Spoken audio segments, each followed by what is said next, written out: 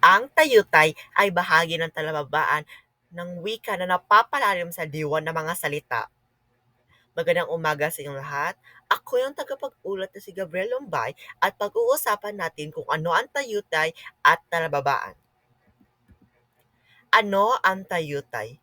Ang tayutay ay isang salita na nagpapahayag na ginagamit upang bigyan diin ang isang kaisipan o damdamin. At may mga ibang uri ng tayutay. Isa na rito ang pagtutulad o simile. Pagtutulad o simile ay isang paghahambing sa dalawang magkaibang tao, bagay, pangyayari at iba pa. Halimbawa nito ay ikaw ay kagaya ng ibong lumilipad at ang kagandahan mo ay tulad ng isang anghel. Pagwawangis o metaphor.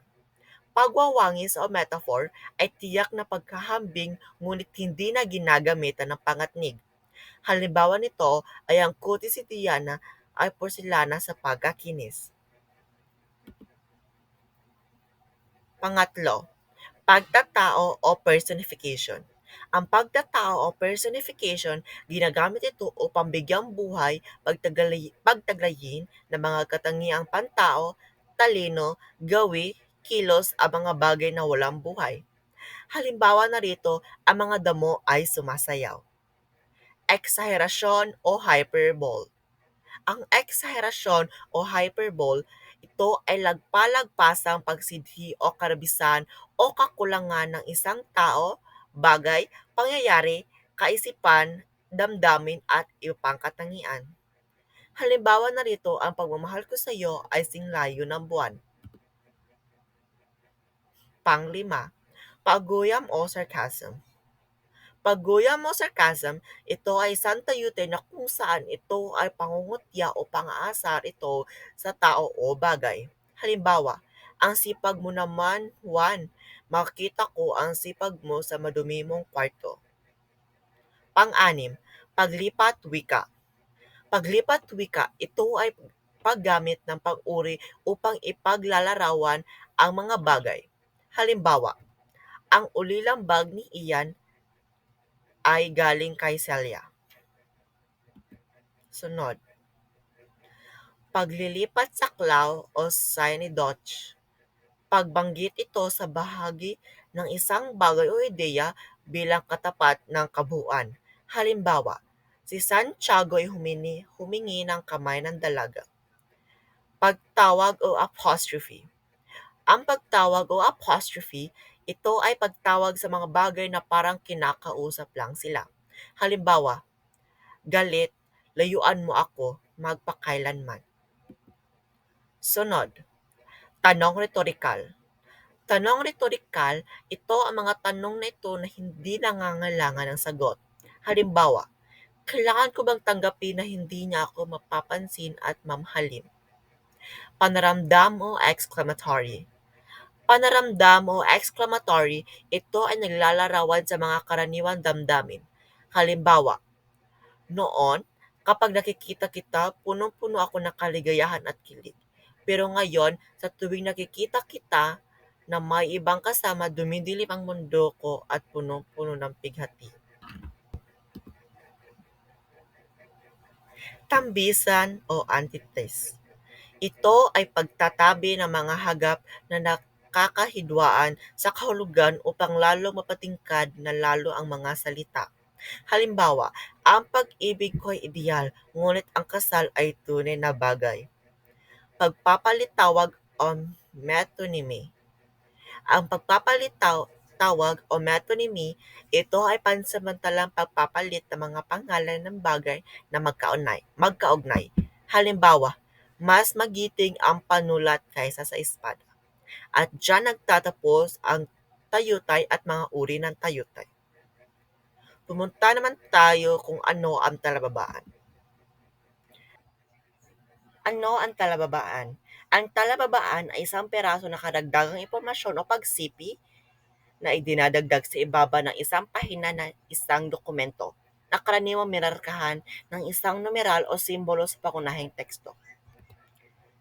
At ito ang talababaan ng Florante at Laura. Mga musa o Moses. Siyam na Diyos ang namamahala sa siyam na pagkakahati ng sining at agham, kabilang ang mga sumusunod: A. Cleo, kasaysayan. B. Orania, astronomiya. C. Melpomene, trahedya. D. Thalia, komedya. E. Terpsichore, sayaw. F. Calliope, tulang epiko. G. Irato, tulang pandamdamin. H. Polymnia, awiting pansamba. At Euterpe, tulang liriko. Mga nymphas o nymphs, mga diyosa ng kalikasan nakahati sa mga sumusunod na mga pangkat. A. Oreadas, diyosang naninirahan sa mga puno. B. Oceanadas, diyosang naninirahan sa karagatan. C. Naiads, diyosa sa bukal, batis, ilog at look. D.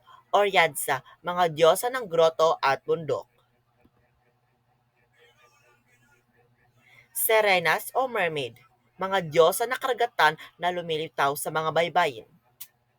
Gubat ng mapanglaw o solitary forest, gubat na pinantasya nang makita na nasa labas daw ng epero at ilog kokito.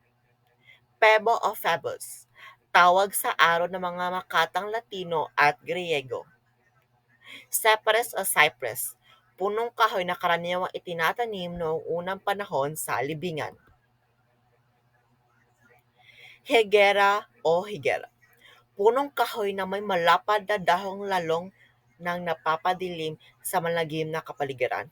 Averno o Avernus, para sa Makaya, ito ay impyerno. Subalit para sa mitolohiyang Griego, ito ay tarangkahan lamang ng kaila-ilaliman ng daigdig na kinaroroonan niya impyerno o Hades. Pluto, kapatid ni Jupiter at hari sa impyerno. Ito o Cocytus, isa sa limang ilog na makikita sa Averno.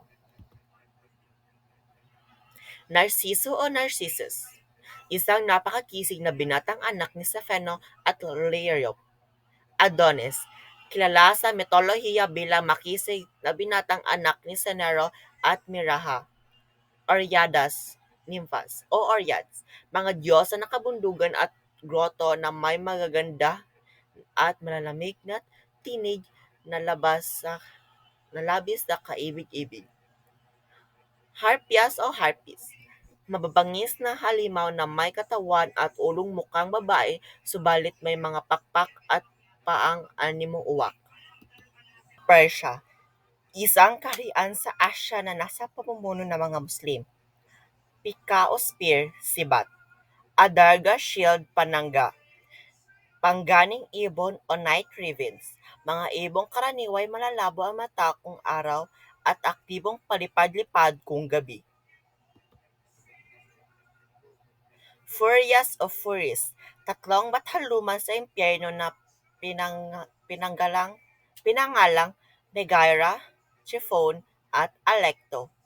Marte o Mars, Diyos ng digmaan na anak ni Jupiter at Juno. Parkas o Fates, tatlo silang diyosa ng kapalaran na kinabibilangan ni Clotho, humahabi ng sinulid, Laches, nagdesisyon sa kahitna ng tao at si Atrospos na pumapatid sa sinulid ng buhay. Esposo o spouse, asawang lalaki. Apollo, Diyos ng araw na kakambal ni Diana, diyosa ng buwan. Sekta o sect, relihiyong kinaaaniban. Aurora, diyosa ng bukang liwayway na kilala rin sa Griyegong pangalan na Eos. Crotona, isang syudad sa Gresya Mayor. Licencio o Licenio, hari sa Albania noong panahon ni Florante. Buitre o vulture, higanting ibong mga bangkay ng hayop lamang ang kinakain. Archon, isa pang uri ng higanting ibong dumadagit ng mga buto ng mga hayop sa bundok. Cupido diamante o Cupid diamond, hiyas na karaniwang nakaadorno sa noo ng mga senyora. Anak ng araw o Child of the Sun, si Aurora na tinatawag sa Griyegong pangalang Eos. Naiads o Naiads, mga nimpa na nakatira sa mga bukal, batis, ilog at look. Lira o lyre, instrumentong pangmusika na ipinagsasaliw ng mga musa sa kanilang pag-aawit. Athenas o Athens, balitang syudad sa Kapitolyo ng Gresya, nakasentro ng karunungan at katapangan. Reyna Yokatsa o Queen Hokatsa, asawa ni Henry Layo, ina ni Edepo at ina rin ni Polines, Antigon at Esmen. Adrasto, hari sa siyudad ng Argos na tumutulong kay Polines sa pakikidigma nito sa kapatid niya na si Eteocles upang makuha ang korona ni Haring Edipo. Edipo o Oedipus, maikling tala sa buhay ni Edipo. Anak siya ni Layo at Yukatsa, hari at reyna sa kaharian ng Sebastian sa Gresya. Venus o Venus, diyosa ng pag-ibig at kagandahan. Cupido o Cupid, Diyos ng pag-ibig. Parkas at Tropas o Parke, pagbalikan sa talababaan pahina 170. Medyaluna o Half Moon, bandilang sumasagisag sa mga muron na naglalarawan ng kabiyak na buwan. Emir, gobernador o very ng mga Moro. Diana o Diana, diyosa ng buwan na may Griyegong pangalang Artemis. Juarez, magagandang dalagang naninirahan sa paraisong kinathahan ni Mohamang propeta ng mga Moro. So bakit mahalaga ang tayutay at talababaan sa pang-araw-araw na gawain? Ang tayutay at talababaan ay mahalaga sa pang-araw-araw na gawain dahil nagbibigay ito ng kulay at kahulugan sa mga komunikasyon sa pamamagitan ng paggamit ng mga tayutay at talababaan sa pang-araw-araw na usapan. Mas nauunawaan at nabibigyan diin ang mga ideya at damdamin. At diyan nagtatapos ang aking pag-uulat. Salamat sa pakikinig.